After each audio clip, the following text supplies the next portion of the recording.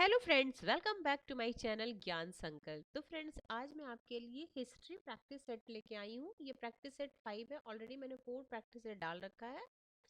अगर आपने नहीं देखा है तो आप उसे भी देख लीजिएगा। और अभी तक आप मेरी चैनल से नहीं जुड़े हैं तो प्लीज़ चैनल को ज़रूर सब्सक्राइब कर लें, और जब सब्सक्राइब करें तो बेल आइकन को भी प्रेस करें, ताकि जब भी मैं वीडियो डालूंगी तो आपको नोटिफिकेशन मिल जाएगा। मेरे चैनल पे आपको यूपी टीजीटी पीजीटी, किसी भी स्टेट का टीजीटी पीजीटी की तैयारी कराई जाती है, जिसमें मैं हिस्ट्री और पॉलिटिकल साइंस की क्लासेस अपने चैनल पे लेके आती हूँ। पॉलिटिकल साइंस की मैं नेट की भी तैयारी कराती हूँ अपने चैनल पे। तो काफ़ी सारी वीडियो मैंने डाल रखा है। अगर आपको कि किसी भी मतलब आपको अगर देखना है तो वो देख सकते हो। स्टार्ट करते हैं आज का क्लास। और अगर वीडियो पसंद आ रही है तो ज़रूर लाइक करें। स्टार्ट करते हैं आज का क्लास। देखो, फर्स्ट क्वेश्चन है आज का, बंगाल टेनेंसी एक्ट किस वर्ष लागू हुआ था? तो बंगाल टेनेंसी एक्ट जो लागू हुआ था वो लागू हुआ था 1885 में, ऑप्शन नंबर बी। अगला, इसमें 63 क्वेश्चन है। यूपी टीजीटी में आपको 125 टोटल क्वेश्चन होते हैं। उसमें दो सब्जेक्ट एसएसटी की से बात कर रही हूँ मैं। किसी भी दो सब्जेक्ट से आप कर सकते हैं, हिस्ट्री, ज्योग्राफी, इकोनॉमिक्स और पॉलिटिकल। तो मैं हिस्ट्री और पॉलिटिकल की तैयारी कराती हूँ अपने चैनल पे। तो देखो, अगला क्वेश्चन है, भारतीय संघ में विलय के लिए सॉरी इंस्ट्रूमेंट ऑफ एक्सेशंस पर हस्ताक्षर करने वाला कौन सा रियासत राज्य था? तो इसका क्वेश्चन नंबर बीकानेर हो जाएगा। ठीक है। तो ये जो है, माउंटबेटन ने देशी राज्यों के विलीनीकरण का सम्मेलन के लिए दो प्रकार के प्रपत्र तैयार किए थे। पहला था इंस्ट्रूमेंट ऑफ एक्सेशंस और दूसरा था स्टैंड स्टैंड स्टिल एग्रीमेंट। ठीक है, दो था। अगला है, तीसरा क्वेश्चन है, भारत छोड़ो आंदोलन के दौरान निम्नलिखित में से किस स्थान पर लोगों की सरकार स्थापित की गई थी? ठीक है। तो ये हो जाएगा सतारा में, ऑप्शन नंबर डी। अगला क्वेश्चन है, निम्नलिखित में से किस सत्याग्रह का नेतृत्व महात्मा गांधी ने किया था? किस सत्याग्रह का? तो नहीं किया था, सॉरी, नहीं किया था। तो इसमें से तीन उन्होंने किया था, एक नहीं किया था। तो कौन नहीं किया था? वो था महाद जलाशय, ये वाला महाद महाद। अगला है, 1665 में निम्नलिखित में से किसने मुंबई को अपने अधिकार में ले लिया था? तो मुंबई को किसने अपने अधिकार में ले लिया था?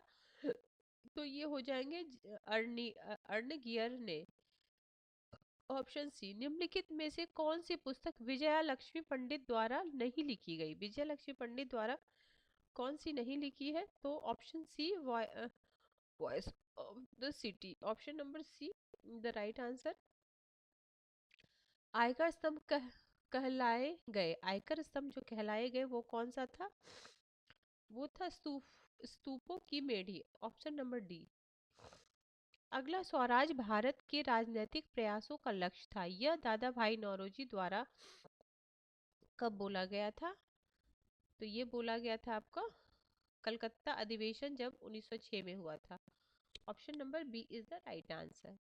निम्नलिखित में से किसने कहा था, मेरे बालक नहीं, तुम एक भारतीय प्रथम हो और उसके बाद ही एक मुसलमान हो?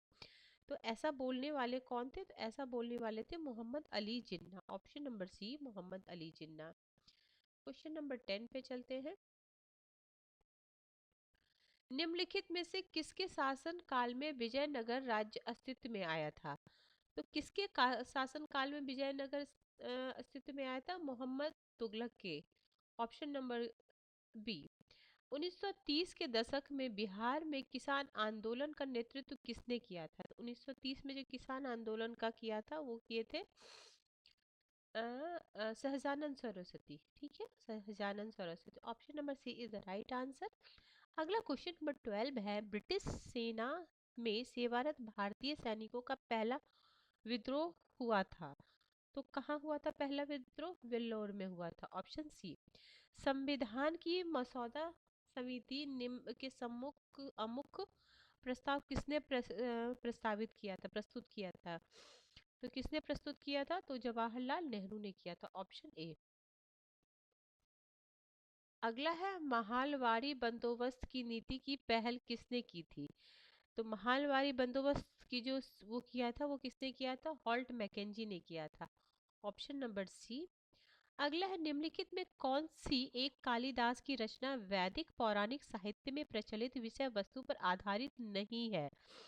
तो आधारित नहीं है वो है मेघदूत। बाकी सब ये अभिज्ञान शाकुंतलम, कुमार संभवम और रघुवंशम, ये सब है पौराणिक साहित्य पर। कौन सी नहीं थी? ये है मेघदूत।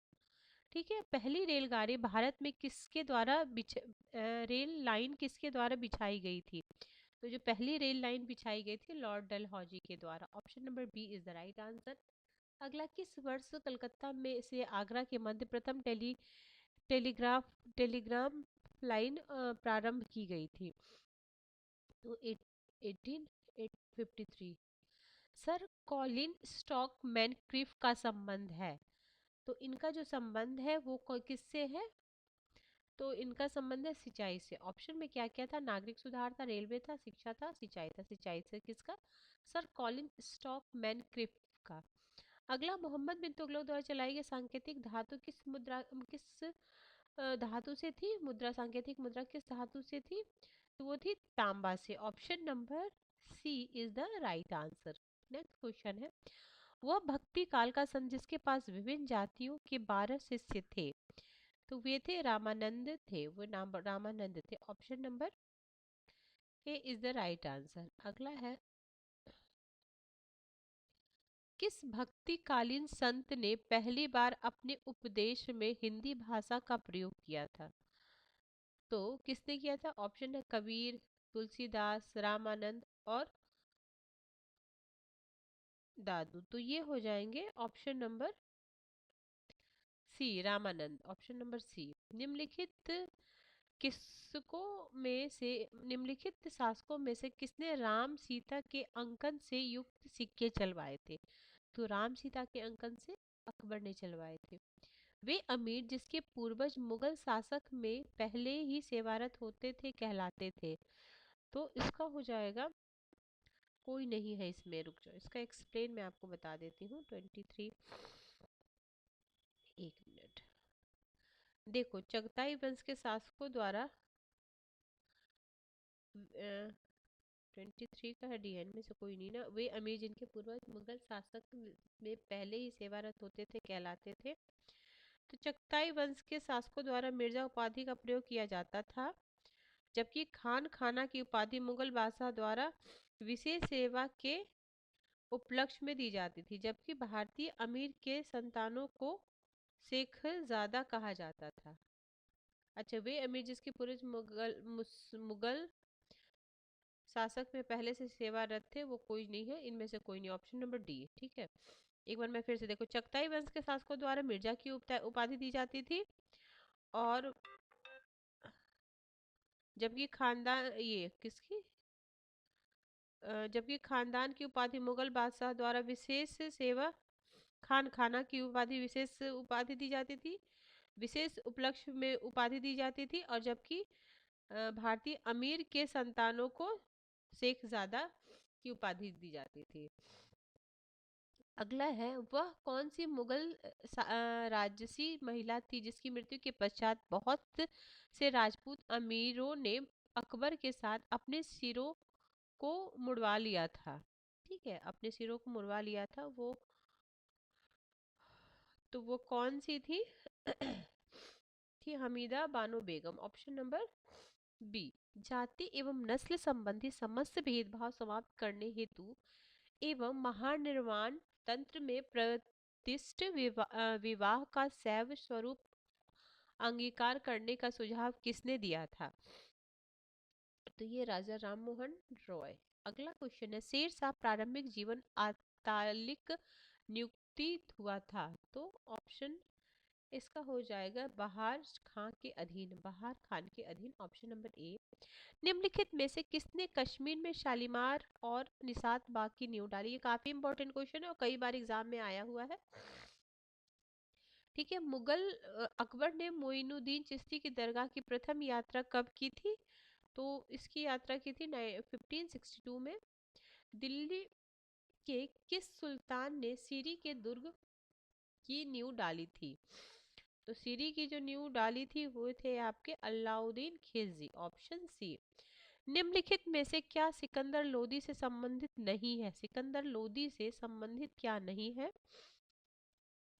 तो ये हो जाएगा बहलोल लोदी के राजत्व सिद्धांत का अनुसरण करना, ऑप्शन डी।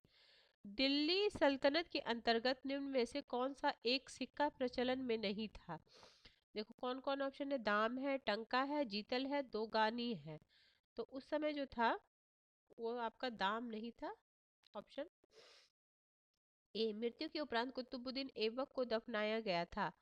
तो मृत्यु के बाद जो कुतुबुद्दीन ऐबक को दफनाया गया था वो लाहौर में दफनाया गया था।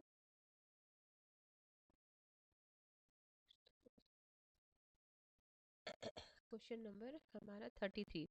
बली और बली और अमीर के पदों को किसने पृथक किया? बली और अमीर के पदों को किसने पृथक किया? तो मोहम्मद तुगलक ने। अगला, निम्नलिखित किसके लिए तूतीय हिंद का उपनाम, एक मिनट, तूतीय हिंद का उपनाम दिया गया था? ये भी कई बार अमीर खुसरो को दिया गया है, ऑप्शन बी। निम्नलिखित के सुल्तान ने शराब पीना, जुआ खेलना एवं भांग खाने पर प्रतिबंध लगाया था? तो वो जो लगाए थे वो थे अलाउद्दीन खिलजी। निम्नलिखित कौन सा नृजातीय तत्व हड़प्पा स्थलों के कंकाल अवशेषों में नहीं मिलता है? तो जो नहीं मिलता है वो है आपका नेग्रिटो, ऑप्शन डी। अमीर खुसरो का मूल नाम क्या था? तो अमीर खुसरो का जो मूल नाम था वो था अबुल हसन। अबुल हसन उनका नाम था। गुप्त काल में सार्थवाह कहा जाता था? तो गुप्त काल में जो सार्थवाह कहा जाता है व्यापारिक कारवा का प्रमुख, ऑप्शन बी। निम्नलिखित में किस चंदेल शासक ने मोहम्मद गजनबी को संधि के लिए विवश कर लिया? तो कर लिया था वो थे आपके विद्याधर ने, option B is the right answer. 40। 1731 ईस्वी में अरबों ने सिंधु नदी के तट पर एक नगर स्थापित किया, किस जिसका नाम था महफूज, महफूजा। निम्नलिखित निम्नलिखित में से किस चोल शासक की उपाधि पंडित चोल थी? तो 41 का है आपका ऑप्शन नंबर ए, राजेंद्र प्रथम। अगला, मेहरौली स्तंभ लेख किस शासक से संबंधित है? तो मेहरौली स्तंभ लेख चंद्रगुप्त सेकंड से है। आगे है सूची एक, सूची दो को मिलाना है। कुमारगुप्त प्रथम, चंद्रगुप्त प्रथम, चंद्रगुप्त द्वितीय और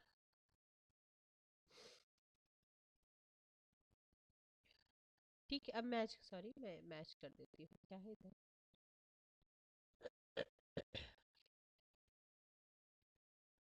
एक मिनट। हाँ, तो इसका है आपका राइट आंसर सी है, ठीक है। तो हमें मैच करना है। नीचे है सी, सॉरी कहाँ गया ये ना 43 का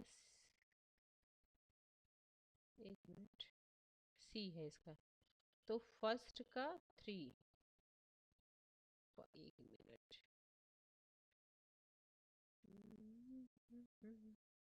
फर्स्ट का 3, सेकंड का 2 है ना, सेकंड का 2,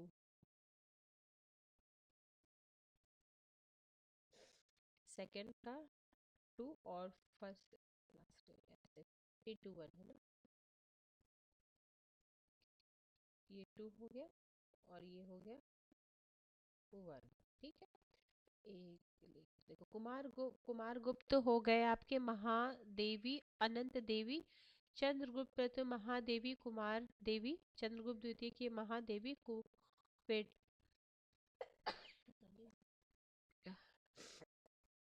option number C is the right answer. Next question पे चलते हैं। निम्नलिखित में से कौन चंद्रगुप्त मौर्य के शासन काल में सौराष्ट्र का प्रांतीय गवर्नर था? वो थे पुष्य गुप्त, ऑप्शन बी। रणभूमि में अपने पतियों के साथ स्त्रियों के जाने की प्रथा को किसने बढ़ावा दिया था? तो ये जो बढ़ावा दिए थे ये थे सदाशिव राव ने, ऑप्शन ए। छठी शताब्दी ईसा पूर्व में निम्नलिखित में से किस महाजनपद में राजतंत्र राजतंत्रात्मक शासन नहीं था, नहीं था पूछा जा रहा है ना, तो बस जी में नहीं था ऑप्शन। कौन सा प्राचीन भारतीय सभ्यता रंगीन ग्रे बेयर संस्कृति से पहचानी जाती है? तो 47 का सी है उत्तर वैदिक। अगला, वैदिक साहित्य का प्राचीनतम ग्रंथ कौन सा है? तो वैदिक साहित्य का जो प्राचीनतम ग्रंथ है वो है आपका ऋग्वेद ऑप्शन। बाघ भट्ट की अष्टांग हृदय किस से संबंधित पुस्तक है? 49 का आयुर्वेद। रेखीय मापन के लिए हाथी दांत का पैमाना प्राप्त है? तो हाथी दांत का जो पैमाना प्राप्त है वो लोथल से। हड़प्पा के लोगों के सामान्य घरेलू बर्तन किससे बने होते थे?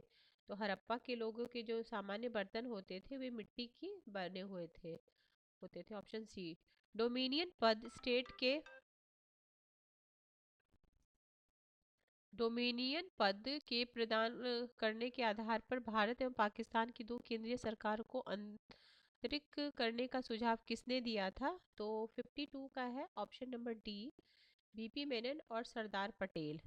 सर्वाधिक हड़प्पीय पुरास्थल किस नदी के किनारे पाए जाते हैं? सर्वाधिक, तो ये सरस्वती नदी के किनारे।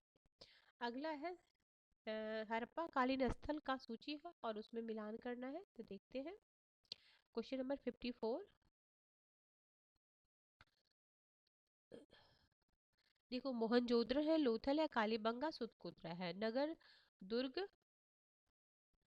क्वेश्चन कौन सा है हमारा? क्वेश्चन नंबर हमारा 54 है ना, तो इसका है देखो, मोहनजोदड़ो से बड़ा नागार लोथल से है आपका,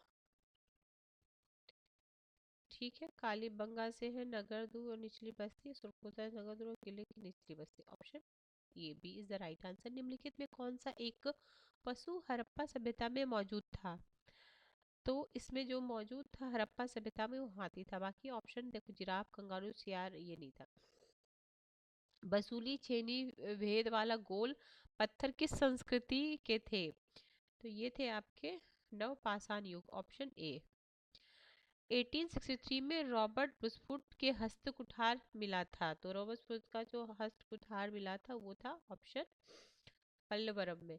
किस प्रागैतिहासिक स्थल से भारत की प्राचीनतम झोपड़ियों के प्रमाण मिले हैं? तो 58 का है डी। उपकरणों की खोज या लियो लियो नियोलिथिक युग में उनके कार्यान्वयन की जानकारी देने वाले रहे थे, तो वे थे 59 का है आपका ए ऑप्शन ले मेजुराय। निम्नलिखित राजवंशों में किसके द्वारा शासित क्षेत्र में राज्य संचरण का प्रमाण का वर्णन एक गांव राज्य के रूप में मिलता है? तो 60 का है बी गंग। Option 61 question number, Mahatma Gandhi ने केवल एक बार गोलमेज मतलब कांग्रेस के किस वार्षिक अधिवेशन में अध्यक्षता की थी? तो एक बार उन्होंने सिर्फ बेलगांव 1924 में उसकी अध्यक्षता की। कौन से चिश्ती सूफी संत चिराग ए दहली के लोकप्रिय नाम से भी जाने जाते हैं? ये भी काफी इंपॉर्टेंट क्वेश्चन है फ्रेंड्स। ऐसे तो जितने भी मैं करा रही हूँ सारे इंपॉर्टेंट क्वेश्चन है, लेकिन जो एग्जाम में कई बार देखा जा चुका है वो मोस्ट इम्पॉर्टेंट भी है और इजी क्वेश्चन है। तो आपको एग्जाम में इजी और मॉडरेट कुछ देखो, हर एग्जाम में आपको क्वेश्चन जो पैटर्न होता है, मैं आपको रुकता है इसका, शेख नसरुद्दीन मोहम्मद, पहले पूरा क्वेश्चन का फिर मैं बताती हूँ आपको। आज का क्लास का लास्ट क्वेश्चन है, पानीपत के तृतीय युद्ध में मराठों की ओर से लड़ते हुए मरने वाले मुसलमान सेनानायक था? वे सेनानायक जो थे नजीब उद्दौला। देखो, किसी भी एग्जाम की तैयारी करो तो हर एग्जाम में तीन टाइप के क्वेश्चन आते हैं, इजी, मॉडरेट और टफ।